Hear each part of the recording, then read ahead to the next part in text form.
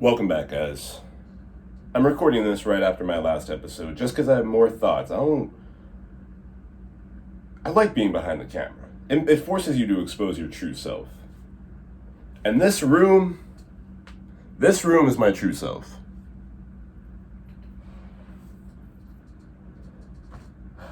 Just instant pleasures for me to look at all over the wall. Talked about instant pleasures a lot in my last episode. In this one, I'm going to talk a little bit about lost pleasures.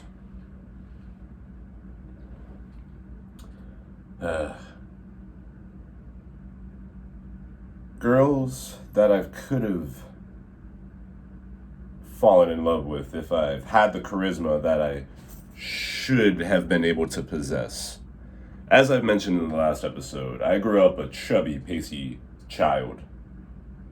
And it was until around the age of 18, 19-ish that I started working out. I started looking inside of myself and thinking, why am I this way? Why are people this way? Is it because of my upbringing? Partially.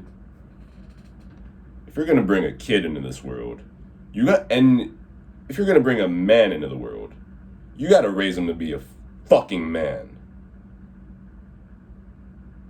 I'm not talking about an overtly masculine person who lets it get to their heads, makes them think that he's fucking better than everyone when he's not, when he's never worked for anything. No, you gotta raise someone who knows how to work.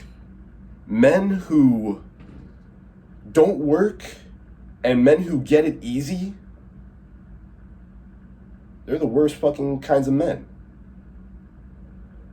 You have to want to work for it. If you already have it, then work for something greater. Work for other people who don't have it. Real men don't want it easy.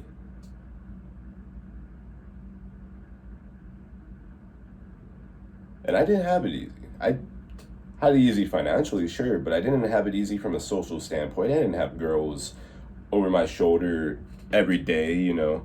I was looking at those guys and I was wondering, how do I get like that? How do I get all these girls just chasing me?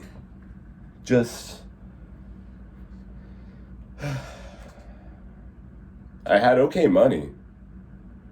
I had okay looks, all things considered. But I never worked for anything. I never felt that discomfort. And now I eat discomfort. I drink it out of a fucking glass. That's the best way to live life. Your brain is a pendulum. If it's constant pleasure, and then one day you don't have that pleasure, it's gone, the pendulum's gonna swing back harder than if you just maybe a little bit of pleasure, I'll just swing it over here, then I'm all right.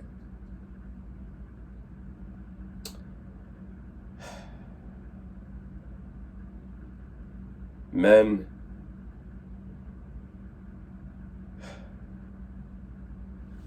there's a few particular loves of my life. There's one in particular, there's always one, that makes you rethink everything.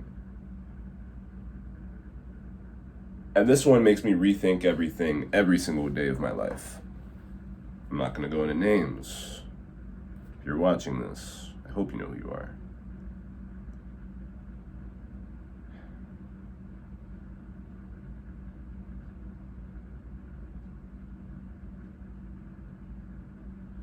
My dogs, sorry. I didn't know how to handle women. I still could use some practice. I'm still a young man, and I have plenty to go on in my life now that I have more formal knowledge. I used to be on the phone with this girl. I fell in love with her, but she wasn't sure if I was in love with her or if I was in love with the fact that she loved me. maybe that's what I was attracted to. The feeling of finally being loved after high school experience being so, how do I put this? After my high school experience being so lackluster of things that I so desired, I found artificial desires, and I didn't know how to break out of that when I met this girl. I'm sure I'm going to explain the story in a much more concise way, but later on. But for now, long story short, young boy didn't know what he was doing. Didn't know how to talk to girls, met a girl who shows love for him like he's never been shown love before. Young boy who's not sure if she is into him sexually or romantically. And in waiting for her to say something to me, I lost her.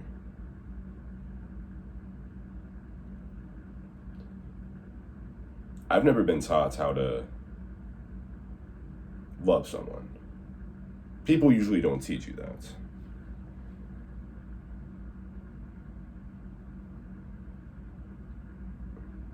Apparently, it's something in human nature you should just know already. But, especially in this society, with people who know a lot more than you do, there's always competition out there, and you need to be on top of your game at all times. I was not on top of my game. Every time I talked to this girl, you know what I did right after? After I got off of FaceTime with her, after I'm thinking about her, I jacked off. I got that instant pleasure because I was not sure of myself. I wasn't sure if I could hang in there, be strong, be as strong as I could be, face that discomfort.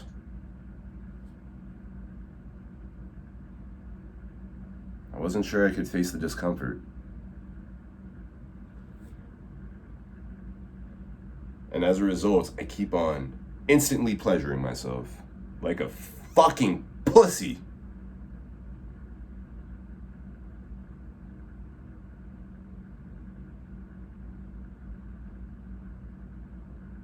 And I lost her. I lost her to someone who wasn't grown up, fat and pasty and insecure about himself. And I wasn't fat and pasty at the time. I was a smaller version of what I am now.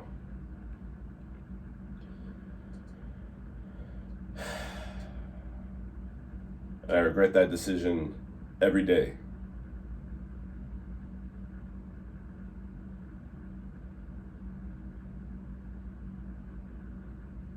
To not chase what you love and just chase that instant pleasure. And this happens in other situations every day. People chasing instant pleasure to, let's say, relax after work, to cope with the society we're living in. It's all bullshit.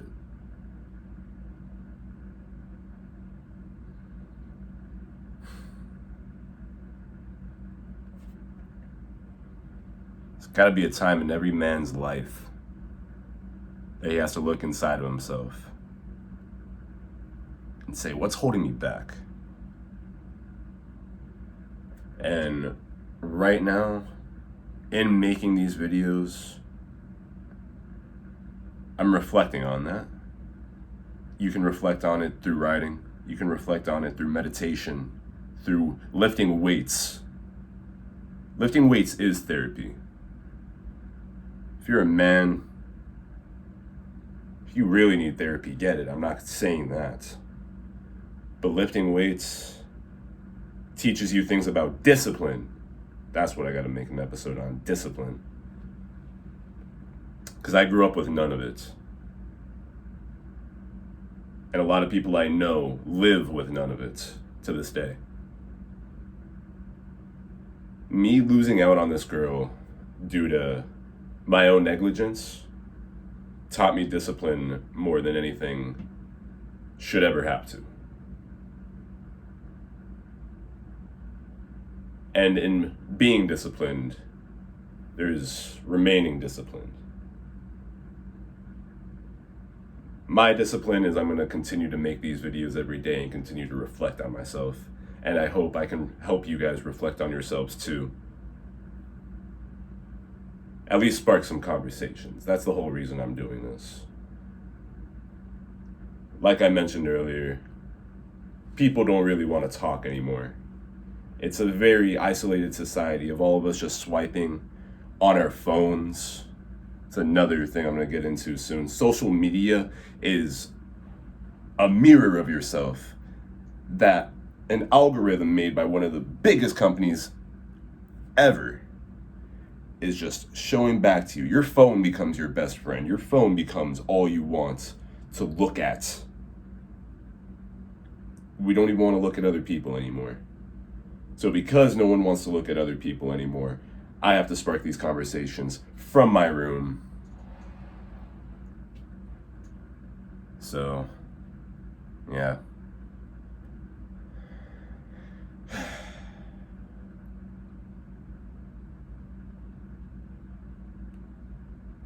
It's a lonelier existence than I would have asked for if before we live our lives, we say, God, I want my life to be this, or, yeah, I'm going to take this life. Our soul is looking for a home, and then we take that home.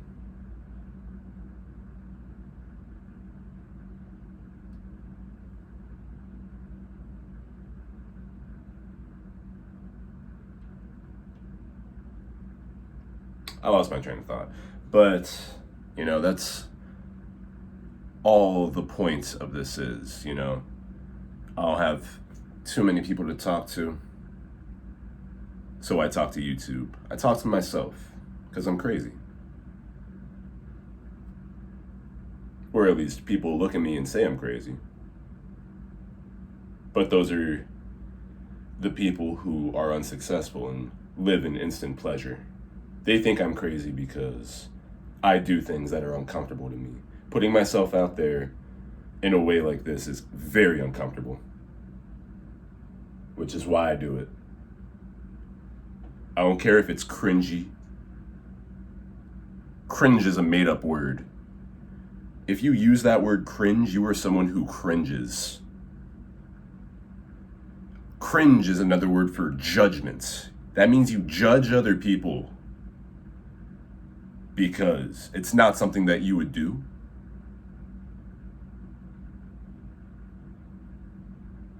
I think we need to stop judging everyone in general and just hope for everyone's success. That's the only way you're going to be successful. Cringe at yourself. Look inside yourself and say, what can I do better? This episode's becoming a bit of a mess. A lot of haltage of my train of thought. But I think that this episode is going to open the door for new conversations in future episodes. Thank you guys for listening.